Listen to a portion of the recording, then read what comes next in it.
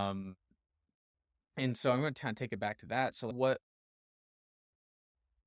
do you feel like your confidence in being able to speak to like a frog executive and say, "Hey, I'm not the shoe guy. We could walk out of here." Do you feel like that confidence came from, "Hey, I talked back to Michael Jordan." Does that play a role in there? And then I guess like how did like working how much did working with Michael Jordan influence how you work stakeholders in a project? And I guess what are some more lessons that you learned from there? And I think it had to go back to, I mentioned Tinker Hatfield, who designed Jordans 3 through 15, and Tinker is trained as an architect. And he told me, and I was lucky enough to spend a lot of time with Tinker, and he told me the first time the Jordan 3 was only like the second or third shoe he ever designed. And the first was like the Air Max 1, so he was starting from a good spot.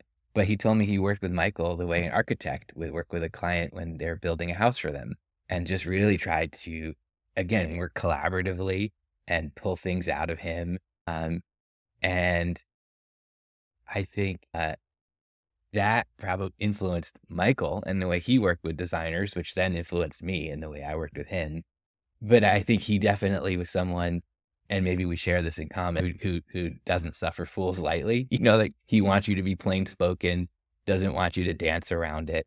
And so I guess that did train me a little bit to be, um, I wouldn't say I'm overly blunt, but I'm very direct. Like, I'll frame it in a way that I think hopefully you can hear it. I'm not just gonna be rude or crass, but I'm not gonna shy away from telling you the truth. And again, as a consultant, if you hired me to tell you the temperature outside, I'm in Portland today, and it's 34 degrees out right now. I'm not gonna tell you it's 72 and sunny just because that's what you wanna hear. I have to tell you what it really is out there. Um, and so, yeah, that's just I think my way of just operating in the world with people, but I do think it builds a lot of trust with the people I'm working with. I remember I won't say the brand name, but I was working with this kind of women's performance apparel brand. I won't say anything else to give it away. But they felt they had and it was an old brand, it'd been around for 20, 30 years. And they felt they had a lot of equity in the name. And I was trying to explain to them that people don't know what this brand is.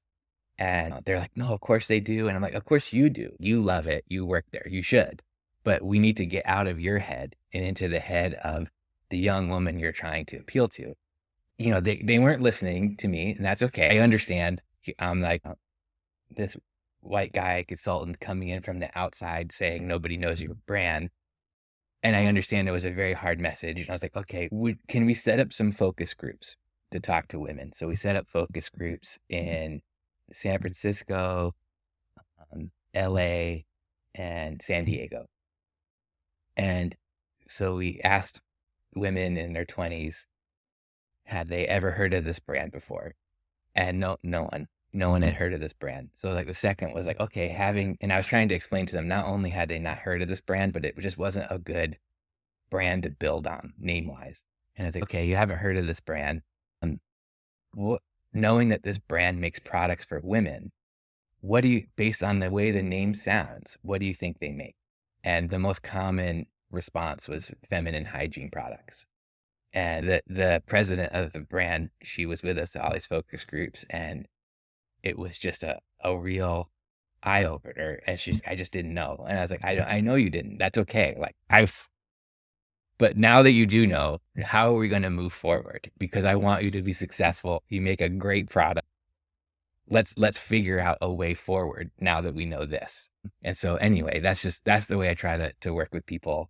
And it's not always comfortable. I don't want to tell these things either, but you have to do it because at the end of the day, if I don't, the products aren't going to be successful and they're not going to hire me again anyway. So it's better to have the uncomfortable conversation and hopefully move them towards something that's going to be successful, which is going to be better for them, which in turn is better for me in the end too. I'm happy to trade that uncomfortable present moment for a future great moment.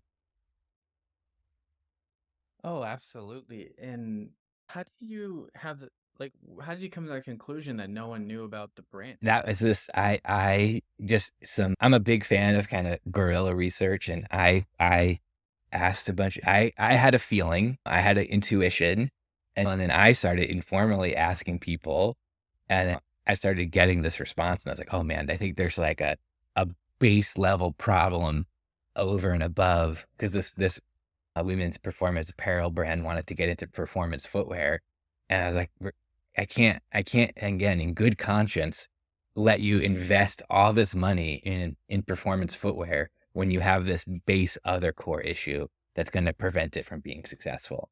Um, and so they had been acquired by a bigger, um, running brand that was just more gender neutral, and so I think the right output from that was that basically they absorbed the smaller brand and just took those really great products for women and made them a part of the bigger, performance running brand, which was the right move because that brand had very positive brand equity versus trying to convince people to like this awkward sounding name.